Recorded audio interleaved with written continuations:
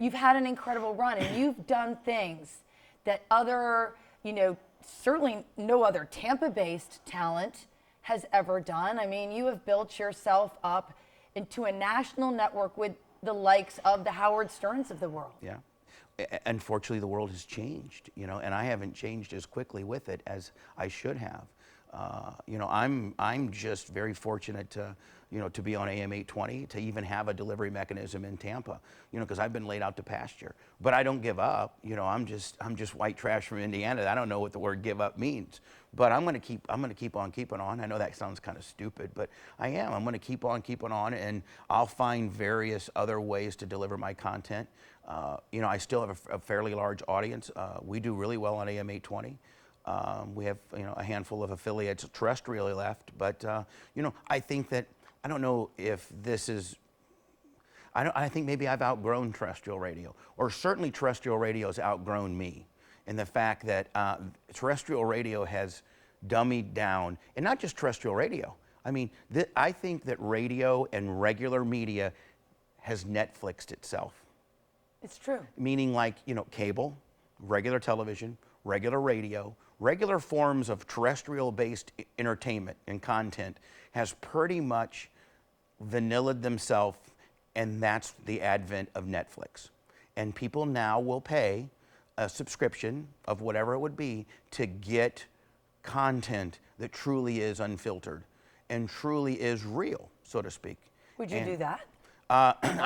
Yeah, absolutely. I need to take the leap of faith one of these days, and regular radio and terrestrial radio, and listen, I don't say this from a point of being arrogant. I say this as the point where I have to cut the cord someday, and that is, regular radio and terrestrial radio have always been my safety net. It's always been my baby. It's always been my big draw, where I get the most attention and the largest amount of people. Well, you need a whole bunch of terrestrial people to make a lot of money.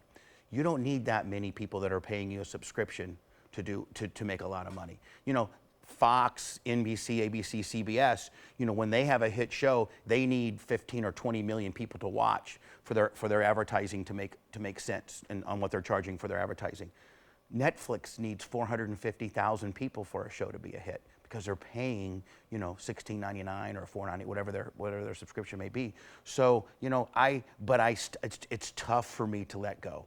It's tough for me, for whatever terrestrial remnants that I have left, locally here on AM 820. And Bruce Midorty and the guys over there, when I got in all the trouble that I've gotten into and things like that, Bruce Midorty stepped up and gave me an opportunity to have a Tampa home.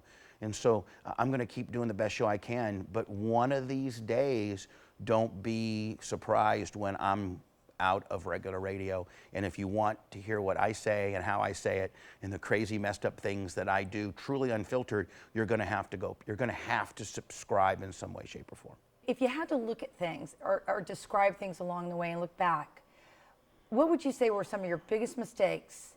And then what would you say are some of the things that you just got railroaded? Well,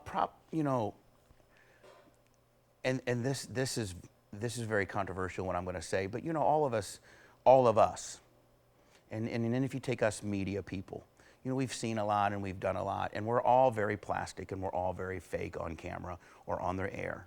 But we all have our own little things that we're into or what have you. And I'm not talking about, kids or anything like that. I'm talking about, sexually, for instance. There's different things that people do. And then now with the advent, not the advent, but with gay marriages now being great, which I never had a problem with to begin with. But that being said, being recognized as a regular union and stuff like that, we've gotten more liberal on sex, so to speak, what have you. My sexual compass, or my moral compass, as I'm 52 years old, and when I was running hard in the Tampa days back in the day, I probably did some rock star type stuff sexually. That's probably things that I regret now that I've done. And then trusting people to, and just trusting the wrong people.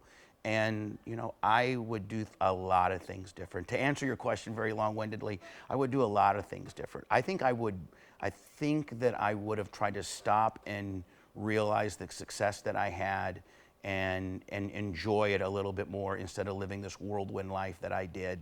and try to be more humble and try to be more appreciative and try to be, less Bubba the Love Sponge Hollywood shock jock while you're, at home than I did back then. You really rally behind people during their greatest times of need, so the pendulum swings. With my controversy and some of the stupid stuff I've done, I'm very philanthropic. I do a lot of great things.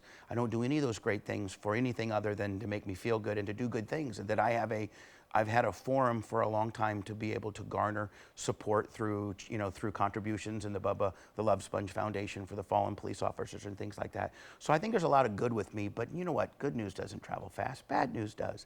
And I've had a lot of bad news, and I've made a lot of mistakes. But you know what? I'm here to own them. I'm not here to distance myself. I'd like to distance myself from my mistakes that I've made, but and I'm not here to blame it on anybody because the buck stops with me, so to speak, but there's a lot more to some of these sensational stories that I've been a part of, and some of the trouble that I've been a part of. There's three sides to every story: my side, your side, and the truth. And for the most part, only the opposing side's been told. I've been pretty much tried and convicted by that side. And there are a lot of other sides to one of the most salacious things that I'm most known for, which is the Hogan sex tape. I mean, there's a huge civil lawsuit going on right now for the people that will be probably held accountable finally for that. Well, I think that's another trust issue. You know what, Gail? That's a whole other special in itself. Well, it is. I was reckless in securing the DVD. I should have destroyed it immediately, like I was told to, and I put it in my office, and employees knew it were there, and they took it. And it's been distributed, and quite frankly, it's ruined my life. It's ruined my life. Now I'm a scumbag. People are like, oh, Bubba backstabbed his best friend, let him sleep with his wife. That's not how it went down. But I really can't get into all that. But I understand. But it's really, you think I would have signed up for this? You think that I would have, if I could predict what that would have led to, that I would want to be right here today in the situation that I'm in? You think I would have wanted any of this? I would have hoped that it would have stayed amongst three adults and it would have never left my bedroom. I probably would have wished it never happened to begin with, to be honest with you. But that being said, I have to own my mistakes. It did happen. I wish it would have stayed private. What about the other big love of your life is the racetrack? And tell me about that. How's your son doing? My son's great. He really is. He just turned 16. I know your kids are that age now too. And it kind of makes you, it kind of makes you sad when they grow up, because you think, no longer, I'm sure you go through this, we're not as cool as we used to be when they were 8 and 9. When we were 8 and 9, we were the bomb, right? We hung the moon. Now it's like, man, there's dad. Oof, but you've given that boy of yours a tremendous life. I mean, I remember when we came out to visit you at the racetrack, and he's a cool kid, and you've really been a hands-on father. I have 50% custody, and me and his mother co-parent wonderfully. She's remarried now and lives in Ocala, and they're doing well. And so Tyler has really a great support system with his stepdad and his mom and me, and I have him 50%. And I've messed up a lot of things. I do some things wrong. I do some things right, but I pride myself on how good of a dad I am. I really think I'm a good dad. I'll go without before I let my son go without. And I think that's probably all good parents. We really live vicariously. I don't want to be a beauty contestant mom, where, right, so to speak. But I'm very strict too. Like, I'm big on grades. I'm big on yes, please, no, thank you, may I. You won't hear my son say, Dad, can I go? No, may I, please, thank you. Just old school stuff. So I'm strict in that way, but I'm a softie on other ways as well. But I like being a parent. I really do. And you're a great parent. You're a great dad. That's one thing that I'm okay at. I'm okay at that. I do subscribe on a personal level to the fact that, with the right support system. Man, I am really doing good. I got Gail Gallardo subscribing to something that I'm slinging. That's got to count for something in Tampa, doesn't it? No, but I do subscribe to the fact that if you recalibrate yourself, you surround yourself by people that love you, which you still have a lot of people that love you, Bubba. A lot of support. Yeah. I mean, probably more than you would ever know. I don't know, Gail. You wouldn't believe. I've always been on top, and I say that humbly, but I'm not on top right now. I'm trying to, get some type of remnants, but man, people jump off fast. So But stays on board. take inventory who's still there, because I do. I have, I will. So take inventory. Those people are there. They'll be your wind. You've got this tremendous talent. Nobody can take that away from you. So what's the next step? I mean, it's got to be something exciting because I don't know. You tell me. You go, it's got to be something exciting. I don't know. I'm trying to figure it out, Gail. You got any openings around here at Channel 8? I can't sit on this chair and do news, but I can do There's something. an audience for Bubba the Love Sponge. There are people Yeah. that still love what you do. Well, we have we're doing really well on Twitch, twitch.tv. It's owned by Amazon, and it's the visual part of our show, and it's really been really good for us, and we're on the ground level of that. Obviously I'm doing really well with AM 820. I hope to stay there for a while, as long as they want me.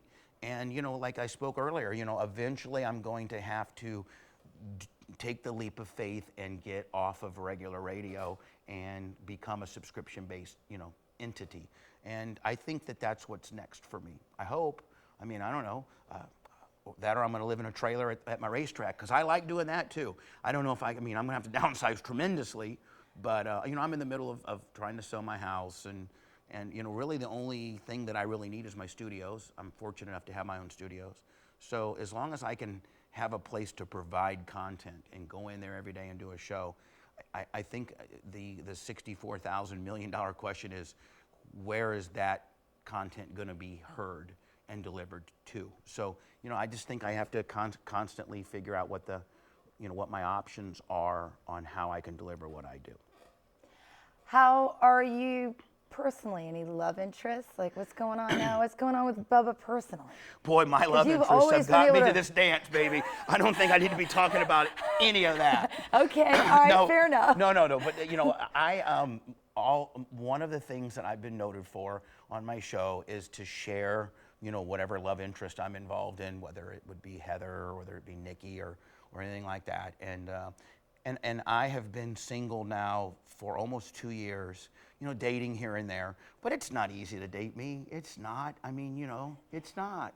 Think about it. It's easy to date Gail Guayardo if you were single. Hell, it'd be like I'm dating Gail Guayardo. Oh, check, put on Channel 8. Look how hot she is. I mean, there's nothing. You can't Google Gail Guayardo and see, the first 7 pages are about how much of a horse's ass you are. How many videos you got. So, I mean, it's tough to date me. And plus, just like you, my hours are similar to you. I go to bed at 8 o'clock, 8:30. I mean, we're the real life of the party, aren't we? I mean, It's true. I talk to Gail sometimes. I say, Gail, hey, you want to do the interview? Yeah, but I go to bed at 8. Don't forget. Oh yeah, I know. I mean, you can't. You have no life like No me. life. And No life. so, you can't tell a girl, hey, let's go out to dinner, but I need you to be at the house at 5 because I got to be in bed by 7:30.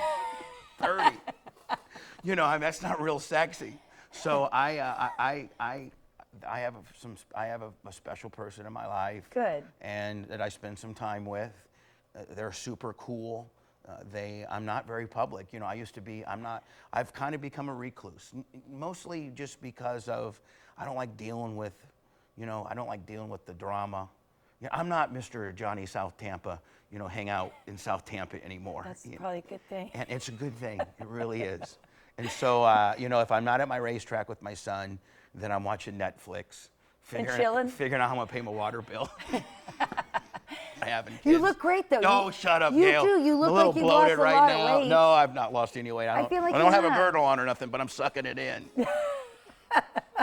Gail, I can't thank you enough for giving me I this can't thank opportunity, you. and thank you to the people that still consider themselves Bubba Army in some way, shape, or form. I'm very thankful. I'm grateful, not hateful.